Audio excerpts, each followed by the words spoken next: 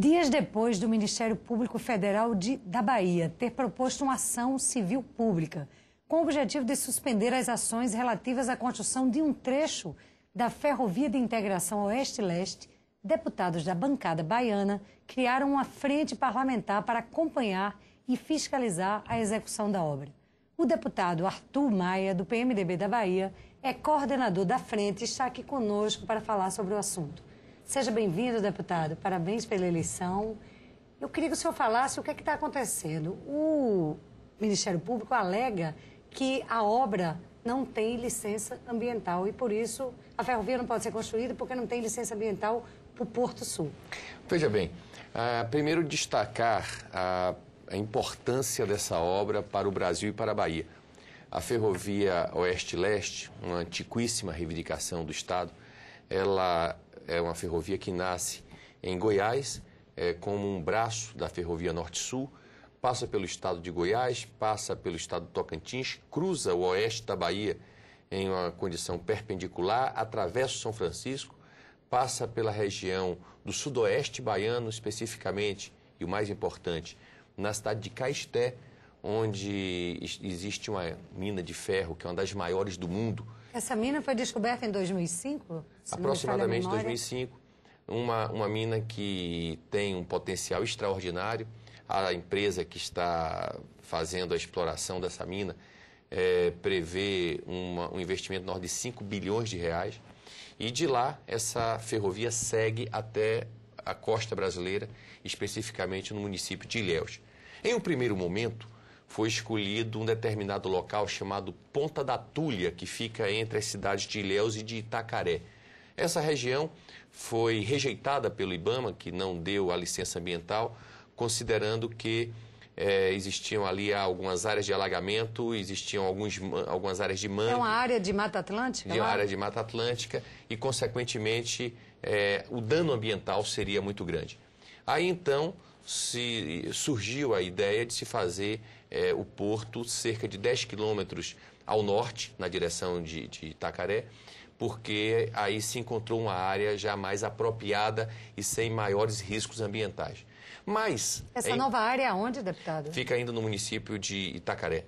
Mas é importante destacar que a Ferrovia Oeste-Leste, ela e a Valec, que é a empresa responsável pela construção da ferrovia, a Valec foi muito sábia na hora de fazer o traçado da ferrovia e acabar com o trecho que foi licitado até agora a uma distância tal da costa brasileira, do Oceano Atlântico, que ela permite que, numa faixa de aproximadamente 70, 80 quilômetros, esse porto possa ser construído, sem que haja qualquer prejuízo para o trecho que já está licitado, inclusive em andamento. Não haverá, com certeza, embaraço para que em 80 quilômetros de litoral brasileiro se encontre um lugar para se construir o Porto Sul.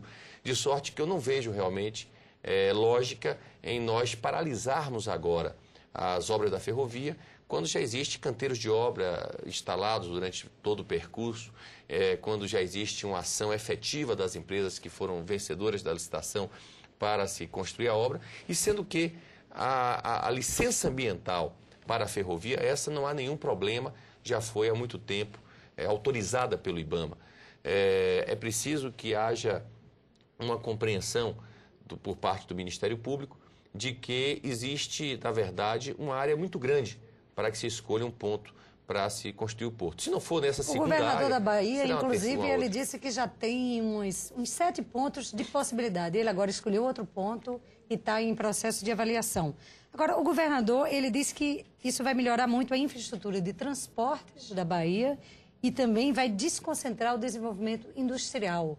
Essa região vai pegar o semiárido, um pedaço do oeste da Bahia. Veja Qual só. é o potencial de emprego dessa obra? É muito grande, é muito grande. A Bahia, na sua chamada região oeste, que é toda aquela região que fica na margem esquerda do Rio São Francisco e que compõe cerca de 1/3 do território baiano, é uma região extremamente produtiva, sobretudo em commodities como soja e algodão. É, sem dúvida, a região que tem a agricultura mais desenvolvida da Bahia e uma das mais desenvolvidas do Brasil. a ferrovia vai facilitar de forma extraordinária o escoamento dessa produção e vai integrar o território baiano. Essa parte chamada oeste da Bahia é uma parte que veio compor o território baiano depois da invasão holandesa. De sorte que existe nessa região um movimento para a criação de um novo estado.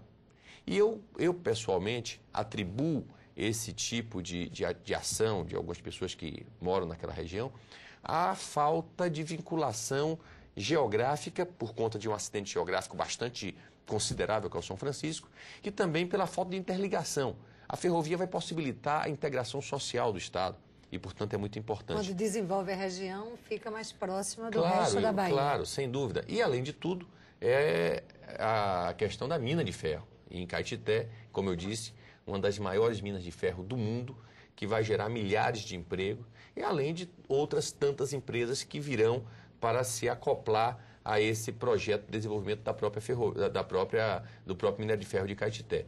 E a área de agricultura no oeste tende a se expandir na medida em que você tenha uma facilidade de transporte. Isso sem contar com que na própria região, lá do Porto Sul, empresas de outros setores da economia que atualmente buscam colocar as suas unidades, as suas plantas naqueles locais onde haja uma maior facilidade de um transporte barato e irem se instalar justamente ali, restaurando a economia da região de Ilhéus e Itabuna, que é uma região que sofreu muito nos últimos 20 anos com o problema da chamada vassoura de bruxa, que praticamente dizimou a tradicional cultura cacaueira do sul da Bahia.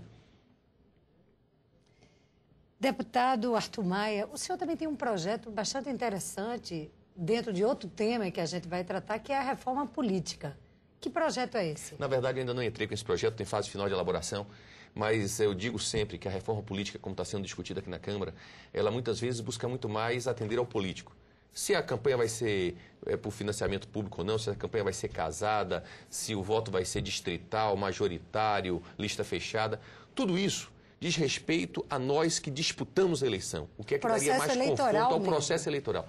Mas o que é que importaria de maneira mais significativa para o eleitor? Se nós observarmos o político como alguma coisa que o eleitor está adquirindo através do seu voto, com uma expectativa desse político realizar alguma coisa, o seu plano de governo. No Brasil, a legislação obriga aos... É um plano de gestão de governo. Exatamente. Como funcionaria? Veja só, atualmente no Brasil, quando alguém é candidato a um cargo majoritário, tem que depositar na Justiça Eleitoral um plano de governo. Só que depois isso não precisa ser cumprido. Então, por que deposita o plano? Nos países parlamentaristas, isso se faz de maneira diferente. Depois da eleição proporcional, se faz ali os entendimentos para a composição da maioria e a maioria parlamentar, que indica o primeiro-ministro, governa em cima de um plano de governo.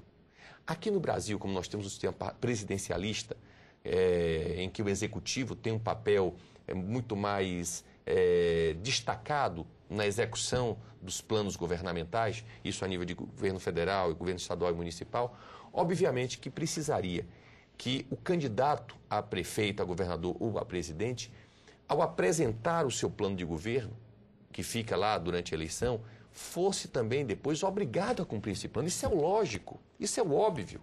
E hoje não é assim.